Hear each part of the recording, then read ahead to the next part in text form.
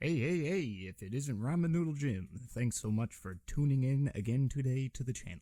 Today we are going to be reading a few stories from Reddit. Without further ado, let's get into it.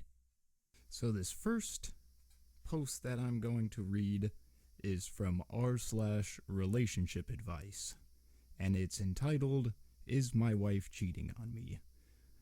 This was posted 2 days ago, and it is August 30th. I have suspected for some time that my wife is cheating on me. What do you think? Here's a quick recap of some suspicious behavior. She invited her client to our home for a casual visit while he was in Melbourne. I thought this was odd, so I started looking further. I checked her emails and saw they were emailing each other regularly. Some were work-related, some were personal. I also checked text messages and saw he was pinned to the top of the messages as a favorite contact. I saw they communicated often, and whenever he was in Melbourne, they would go out to lunch. One text message I saw one day from my wife to him asked where they were meeting. There was no reply, so I checked the phone call records. It appears he called her immediately after the message was sent. On that same day, February 7th, there was an email from him to her, saying he looked forward to seeing her that afternoon. So I checked her Google Maps timeline and see that she spent the afternoon at a hotel nearby. I have asked her about it, and she denies any wrongdoing, but I've noticed that all call records and text messages have now been deleted. I know they still call each other, as I have seen it in her emails, but the records of the calls have been deleted. Adding to my suspicion, after confronting her, she turned off all location sharing on Google Maps and wiped all previous timeline history. In writing this, I think I am answering my own question. Is my wife cheating on me? Don't know about you, but it appears crystal clear to me. Do you think I am misreading the situation? Damn. Poor dude. Or chick. I'm not sure who posted this. Poor individual, shall I say? Top comment on that one is, I think you know the answer. The only way to get the truth is to flat out tell her that she has broken your trust and that the marriage is over. If she flips out, then you can tell her to tell you the truth, or you will immediately end the marriage if you find out anything after today. If she doesn't flip out, then the marriage is over anyways.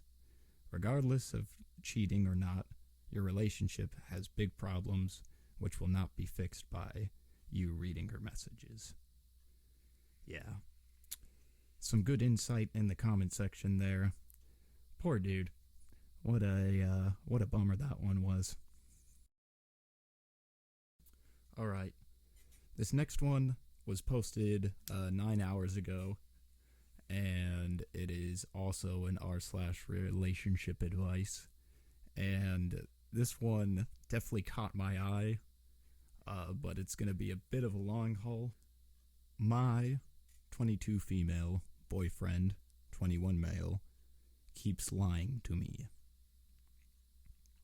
Hello everyone, this is going to be a long one. I feel so lost and need some unbiased opinion.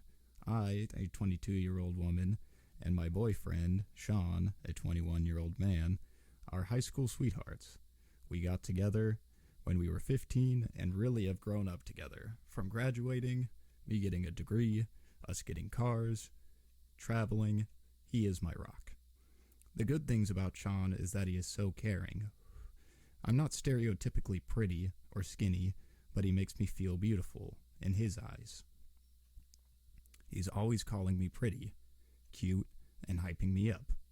He's supported everything I've ever wanted to do, no matter the topic of conversation. He's been there for me emotionally throughout the years when going through hardships and been patient with my mood swings and attitude. I have done the same for Sean.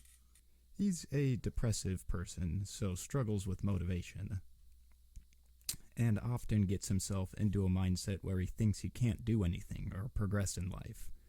I helped him get any jobs he's had, supported him and been there for him whenever he needs me. I always try and sway him off drugs because I don't want him to destroy himself. Until the last few months, our communication has been as good as it could be, with a couple of slips a couple times a year. But now, these last couple of months, I don't feel like I know him anymore.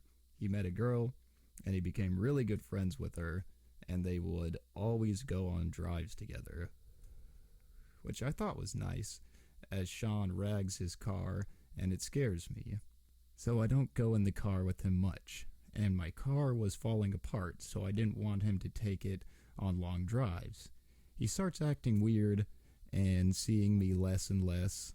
Then one day, he confesses that maybe 3 times a week, for a whole month, him and this girl had been drunk kissing, nothing more. He seemed genuinely remorseful, so I was willing to work through it as long as there were no more secrets. He blocked her. She's gone, and I have full trust in that. He told me this in the middle of July, and we were healing from it. After that, we both went out and got new cars, and I was making an effort to go out on drives more, as I understood that was part of his needs. I got a diesel that is faster, reliable, good fuel economy, but looks cool. He got a 200 horsepower French car that's really, really cool, but expensive to run, so he was struggling financially. I noticed he was driving more than I thought he could afford, but thought nothing of it until he started acting weird and distant again, sort of like he rathered I wasn't around, hiding his phone and stuff. So we had a discussion, and I said that my needs ain't being met, and he's making me feel crazy for asking if we can spend time together.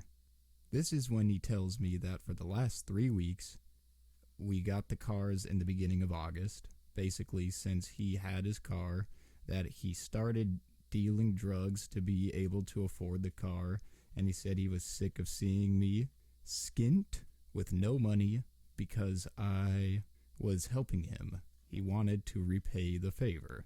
I was flattered by his motivation and told him I appreciate, but recently my dad got sent to prison for similar reasons, and I don't want to lose Sean too. I was hurt that he didn't tell me and that he hid it so well for 3 weeks.